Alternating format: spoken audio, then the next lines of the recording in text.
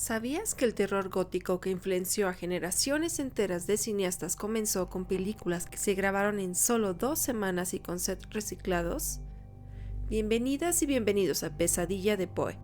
Hoy les voy a hablar de 8 películas que fueron adaptaciones clave de la obra de Poe, pero antes te hablaré un poco de su director, Roger Corman. Roger Corman fue un productor, actor y director de cine estadounidense que sobresalió por sus numerosas películas de bajo presupuesto, la mayoría de ellas del género del terror.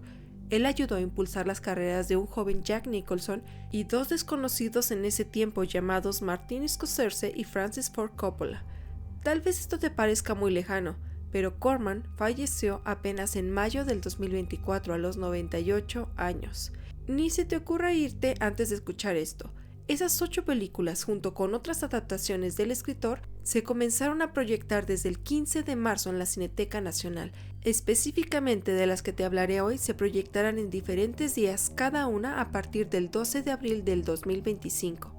Espero puedas compartir esta información y por supuesto elegir una para verla en pantalla grande, donde las pesadillas se sienten más cerca. La primera de la saga fue La caída de la casa Usher, estrenada en 1960, en la cual una de las cosas que podemos destacar es que el guión fue escrito por Richard Matheson, el famoso escritor de Soy Leyenda y La casa infernal. Corman tenía muy poco presupuesto para la película, por lo que fue filmada en interiores, con decorados minimalistas, y las pinturas que adornan la casa fueron pintadas por Burt Schoenberg, y se dice que después de las grabaciones los miembros del equipo de producción se las llevaron. Por cierto, las grabaciones solo duraron 15 días. La primera escena se grabó en un bosque que se había quemado un día antes en Hollywood Hills. El director logró crear una atmósfera cargada de claustrofobia y decadencia, enfatizando los temas de la historia original sobre la muerte y la locura. En esta película, Vincent Price interpreta a Roderick Usher, Madeleine Usher fue interpretada por Myrna Fahey y Mark Damon interpreta al prometido de Madeleine, Philip Winthrop. Uno de los cambios principales es que en la película el protagonista es prometido de Madeleine y no un amigo de Roderick. En el cuento, Roderick es honesto con su amigo desde el principio y le cuenta sobre la condición de su hermana. Además, es consciente desde su fallecimiento que esta condición podría significar que aún no se ha ido, por eso la lleva a la cripta familiar. La película, sin embargo, se enfoca más en el misterio de la condición de Madeleine y la búsqueda de la verdad por parte de su prometido. A pesar del presupuesto limitado, la película fue un éxito en cines. La crítica la recibió bastante bien y el público respondió aún mejor. Y fue una prueba de que se podía hacer buen terror gótico a color, algo raro en Estados Unidos en ese momento, y además sin gastar tanto.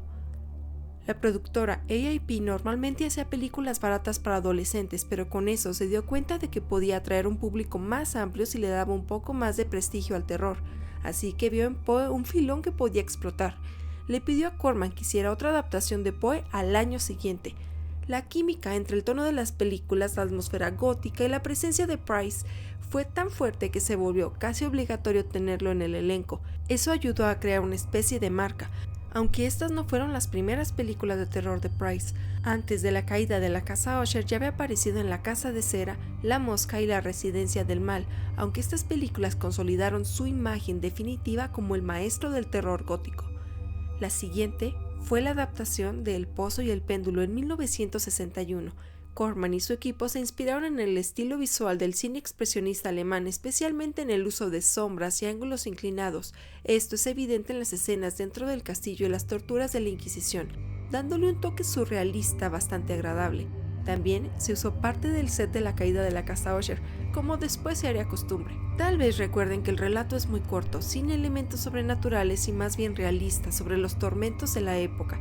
Se centra en la tortura psicológica y física de un prisionero. Por otro lado, la película toma grandes libertades con la historia, expandiendo con subtramas sobre venganza, fantasmas, maldiciones, intrigas familiares, locura y traición, añadiendo una secuencia de clímax visualmente impactante en la cámara de tortura y con un giro bastante bueno. Fue un éxito en taquilla, como se esperaba, y un fenómeno internacional, y su péndulo mecánico diseñado especialmente para que se viera amenazador inspiró a secuencias de otras películas, series y videojuegos como lo son El jinete sin cabeza, Los Simpson y Castlevania. Ya en 1962 se estrena El entierro prematuro, donde Francis Ford Coppola figura como ayudante de dirección. Corman intentó independizarse de AIP, pero apenas comenzó a rodar, James Nicholson y Sam Arkoff, los productores de AIP, llegaron al set amenazando a Patelab, la otra productora, con la pérdida de su negocio.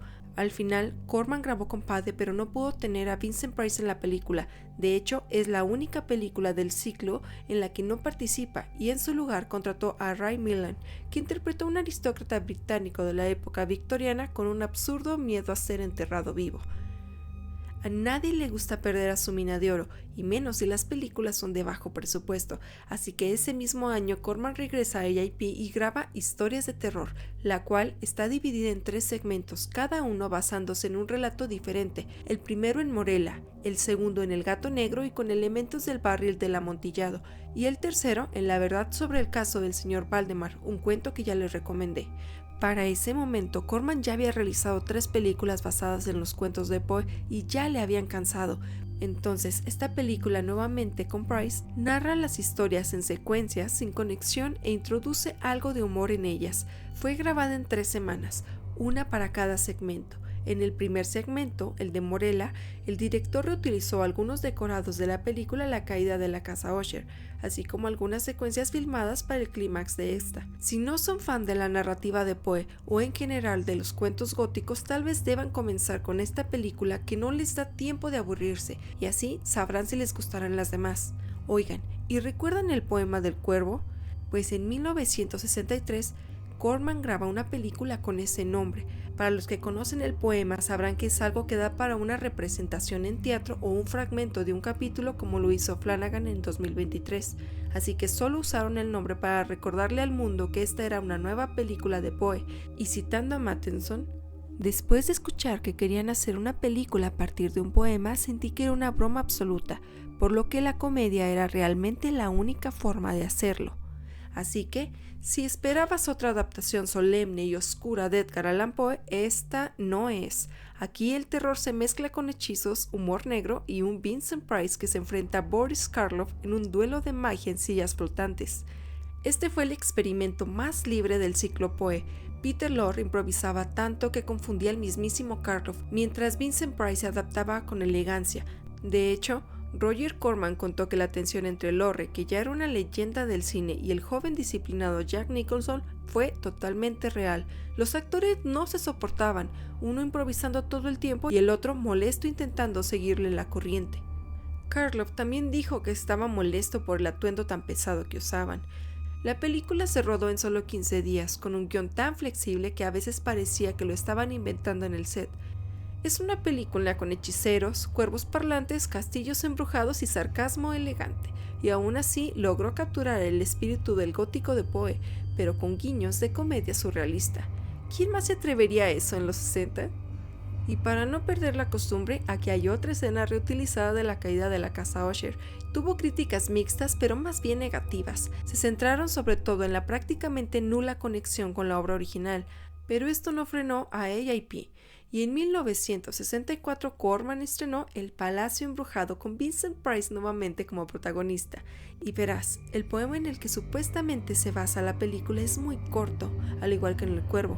Así que no podemos decir que rellenaron los espacios con otras cosas. En realidad, la película se basa en el cuento El caso de Charles Dexter Ward, del escritor H.P. Lovecraft, y del poema apenas aparecen unas líneas en 2 momentos. La trama central es claramente Lovecraftiana, con cultos, mutaciones, hechicería antigua y posesiones malditas.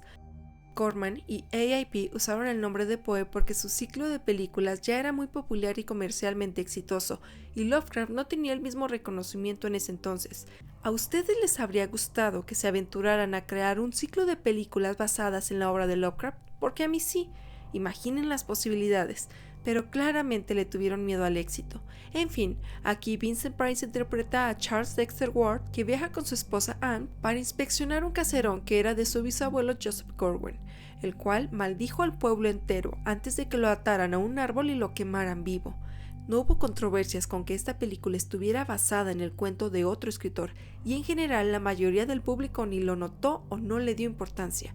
Para el espectador promedio de 1963 era simplemente otra película gótica con Vincent Price. Los fanáticos acérrimos de Poe o Lovecraft sí detectaron el cambio, pero no hubo un escándalo ni protestas notables. Fue más tarde, en retrospectiva, que los estudios y fanáticos del horror comenzaron a debatir sobre la atribución incorrecta. Bueno, no fue una adaptación de Poe, pero las siguientes sí, y en 1964 adaptan La Máscara de la Muerte Roja, y esta es considerada una de las películas visualmente más deslumbrantes de Corman. Utilizó colores intensos para diferenciar las habitaciones del castillo del príncipe próspero, creando una atmósfera visualmente poderosa que reflejaba la decadencia y el lujo frente a la inevitabilidad de la muerte.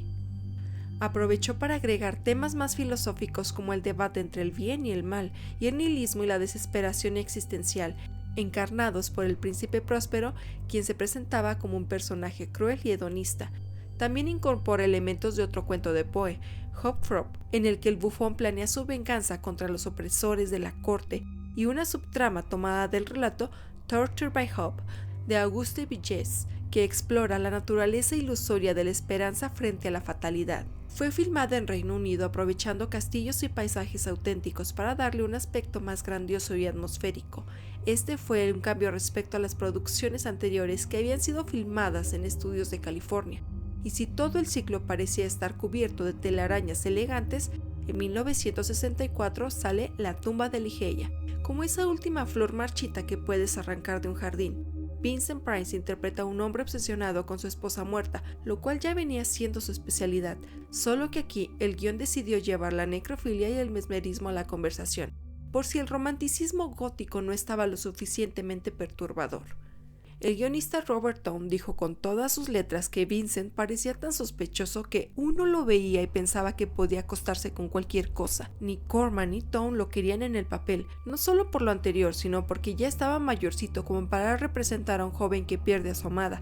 Pero la productora dijo: a este ciclo le falta una tumba y le sobra Vincent Price, y así se hizo. Lo llenaron de maquillaje para restarle un poco de edad y el público estuvo contento con volver a ver a su héroe. Fue filmada en exteriores reales en Norfolk, Inglaterra, con un elenco mayoritariamente inglés. Otra vez hay gatos, hipnosis, tumbas abiertas y una constante sensación de que el amor más allá de la muerte no es romántico, sino escalofriante. Esta fue la película que menos dinero recaudó y fue así como terminó el ciclo de Poe.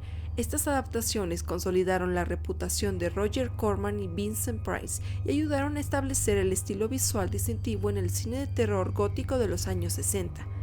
Si para cuando vean este video ya pasaron las fechas de sus presentaciones en la Cineteca Nacional o si ni por accidente podrían asistir, la mayoría de ellas las pueden encontrar en Tubi y Plex y algunas están completamente en internet. Ya que las vean, me encantaría que pusieran en los comentarios cuál les gustó más o si han visto otras adaptaciones o reimaginaciones de las historias de Poe que les hayan gustado. Si les gustó este video, regálenme un like y si aún no se han suscrito, los invito a que lo hagan.